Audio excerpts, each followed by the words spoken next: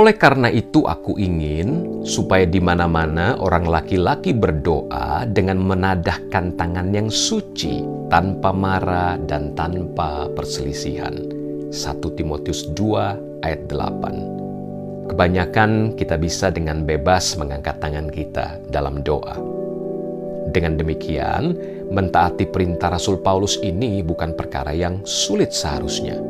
Yesus berkata, bagi manusia hal itu tidak mungkin, tetapi bukan demikian bagi Allah, sebab segala sesuatu adalah mungkin bagi Allah. Markus 10 ayat 27. Mungkin tidak ada solusi bagi apapun yang sedang Anda alami, tetapi tidak ada yang terlalu sukar bagi Tuhan. Sesungguhnya, akulah Tuhan, Allah segala makhluk. Adakah sesuatu apapun yang mustahil untukku? Yeremia 32 ayat 27. Berserulah kepadaku, maka aku akan menjawab engkau, dan aku akan memberitahukan kepadamu hal-hal yang besar dan yang tidak terpahami, yakni hal-hal yang tidak kau ketahui. Yeremia 33 ayat 3. Dengar baik, tidak ada penyakit dan masalah yang terlalu besar di hadapan Allah.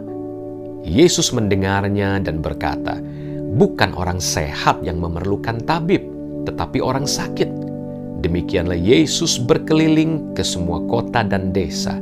Ia mengajar dalam rumah-rumah ibadat dan memberitakan Injil Kerajaan Sorga, serta melenyapkan segala penyakit dan kelemahan.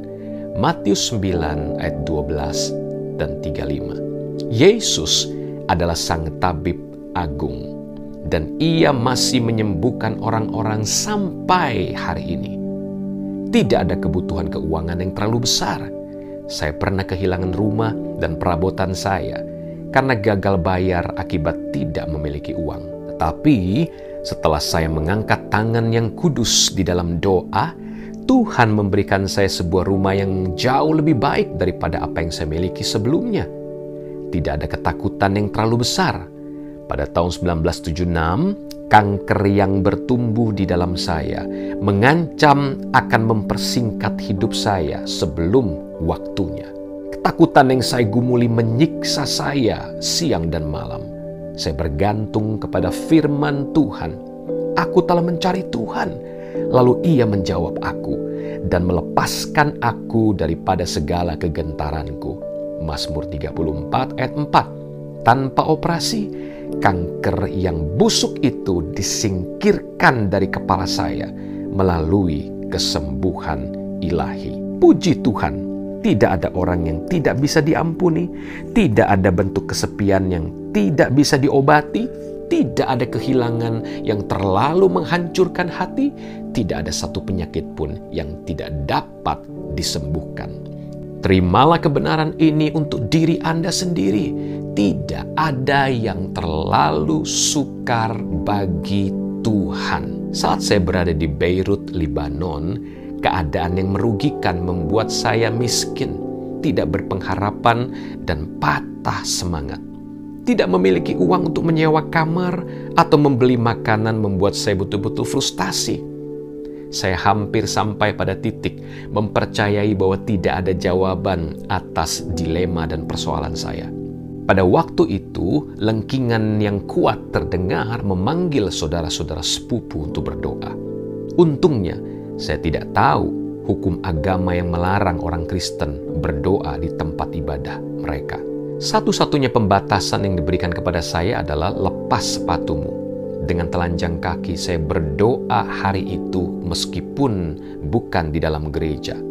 Saya berdoa selama 1 jam, meminta pertolongan Tuhan. Syukurnya Allah saya hidup, tidak peduli di mana saya berdoa. Dengan segera dan bersedia Ia memberikan kepada saya pertolongan ilahinya. Tiba-tiba ada 2 orang Arab yang tidak saya kenal memberi saya $500 Amerika.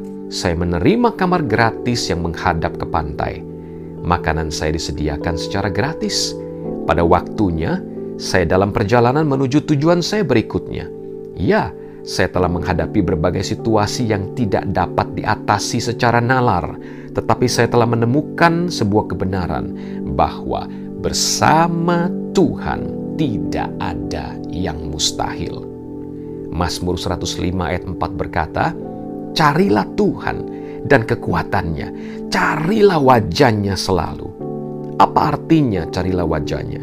Di dalam Alkitab, penyebutan wajah Tuhan adalah acuan pada hadiratnya yang termanifestasi. Ketika kita mencari wajahnya, itu artinya kita begitu rindu dan haus untuk berjumpa dengan Dia.